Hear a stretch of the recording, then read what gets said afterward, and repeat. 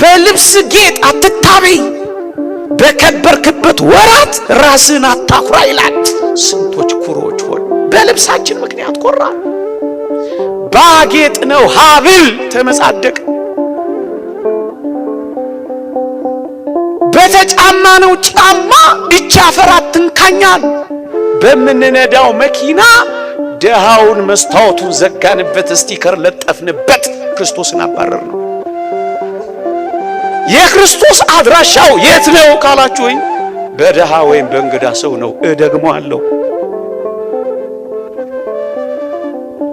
በደሃ ወይም በእንግዳ ሰው። አንድ ሊቅ የተናገረው ላምብላችሁ፣ ክርስቶስ ዘወትር ወደኛ የሚመጣው በደሃ ወይም በእንግዳ ሰው ነው። ክርስቶስን እንኳን ደህና መጣ ማለት ከፈለጋችሁ ቢያንስ አንድ ደሃ ይኑራችሁ መታጎርሱ፣ አንድ ደሃ ይኑራችሁ መታለብሱ፣ አንድ ደሃ እንኳን ደህና መጣ በሉት ክርስቶስን። አባ ቢሾይ ትዝ አይላችሁ? እግዚአብሔር እገለጥልሃለሁ አለው ይላል። ባጭሩ ታሪኩን ላሳጥረው ሰዓቴ ስላለቀ፣ እገለጥልሃለሁ አለው ለሕዝቡ ሁሉ አወጀ። እግዚአብሔር በተራራው ላይ ይገለጣል ብሎ ነገረ። ሕዝቡ ሁሉ ወደ ተራራው ተመመ። ተራራው ላይ ከመውጣታቸው በፊት ግን ተራራው ስር ግን አንድ ደሃ ተቀምጦ ነበር። ወዴት ነው የምትሄዱት ይላቸዋል። ዛሬ እኮ የተወደደ ክርስቶስ እኮ በተራራው ላይ ይገለጣል ብሎናል ይሉታል። ባካችሁ እኔም ጌታዬ ልየው ባካችሁ ሰዱኝ እያለ ይማጸናቸዋል። እነሱስ ክርስቶስን ለማየት ወደ ተራራው ግስጋሴ። ከዛስ ተከማቸ ሕዝቡ። ልክ እዚህ ጉባኤ ላይ እንዳለው ተከማቸ። ማንን ጠበቃ? ክርስቶስ ይመጣል ብሎ ካሁን መጠበቅ ያዘ። መጨረሻ ላይ ደካማ የሆነው በጸሎት የበረታው አባ ቢሾይ እንደነገራቸው የእግዚአብሔርን መገለጥ በተራራዋ ላይ ሊያይ ወደ ተራራው ግርጌ ሲደርስ አንድ ደሃ ተቀምጧል።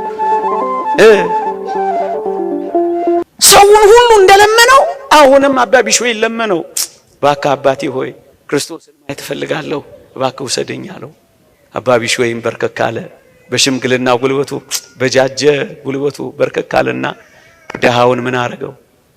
ተሸከመው። ስዕሉ እንደዚህ ታገኙታላችሁ። አባ ቢሾይ ምእመናን ስንት ድሆችን ተሸክመን አሻግረናቸው ይሆን?